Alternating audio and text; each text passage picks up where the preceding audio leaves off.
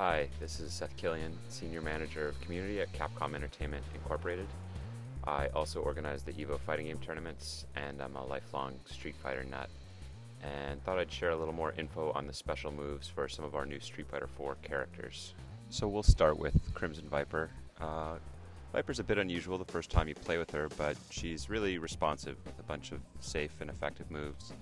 She's also just a lot of fun. Her moves look really cool, and they set up a lot of juggling and guessing game shenanigans.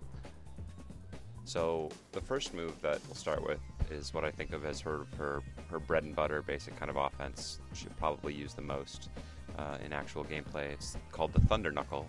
It's performed with quarter circle back plus a punch, and this move is pretty different depending on which button you hit. Jab punch, Thunder Knuckle will slide close to the ground. It goes under fireballs and has to be blocked low. If you use Strong Punch, that hits mid. This is, I found, very useful in juggles, various kinds of juggle combos. If you use Fierce Punch, that's will cause you to actually shoot up at around 45 degrees, and it's sort of uppercut style. It's an effective anti-air attack, can also hit people's feet. The Fierce Thunder Knuckle is also pretty good at setting up juggling opportunities. And in general, the Thunder Knuckle seems to be safe if blocked from most distances. They come out quick and can be comboed off of almost any of her normal moves. Next up, we have Crimson Viper's Burning Kick. This is done with a quarter circle back plus kick motion, sort of hurricane kick style motion, and this move can be done in the ground or in the air. It looks sort of like a single rotation of a flaming hurricane kick, and this move kind of hits with the back end, so it doesn't strike immediately, but it's still a great move because it recovers really fast if it's blocked, and if it hits, it sets up a lot of potential juggles because you recover while they're still reeling in the air. There's also a million dirty tricks you can do with this in the air, just even in my short experience with it. So you can do things like jumping roundhouse against someone on the ground, and if they block it, you can cancel that roundhouse into an aerial burning kick, and if you do that aerial burning kick with a short button, the attack will also hit from the air in front of them, and if you choose to do the move with roundhouse burning kick, you'll actually go far enough forward that the burning kick will hit them in the back of the head and has to be blocked the other way. Very cheap. The Seismo Hammer is done with a dragon punch motion and a punch button. And this is kind of a ground pound move where Crimson Viper punches the ground and causes basically a shockwave to fly up at a different part of the screen depending on which button she hits. So if you hit jab, it'll hit right near next to you. Strong will hit at mid-range, and Fierce goes pretty much full screen. You have to block this move low. If you don't, it'll knock you off your feet, or it'll knock the opponent off their feet and into the air.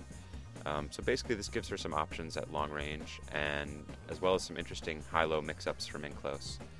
And again, like most of her special moves, you can juggle people off this move really effectively if your position is right.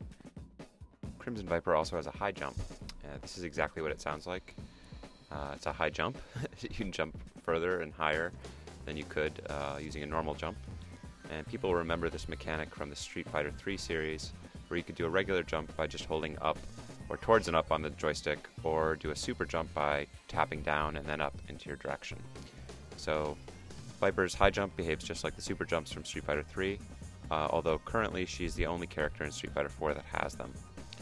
And also for the advanced players, you should know that she can use this high jump move to jump cancel certain moves.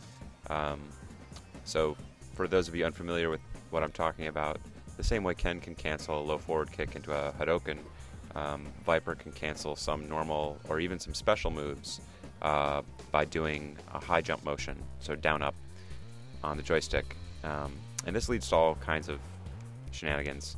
So you can do things like the Seismo Hammer, then jump cancel that move to follow them up into the air, then do a jumping roundhouse into a burning kick. It's pretty sweet.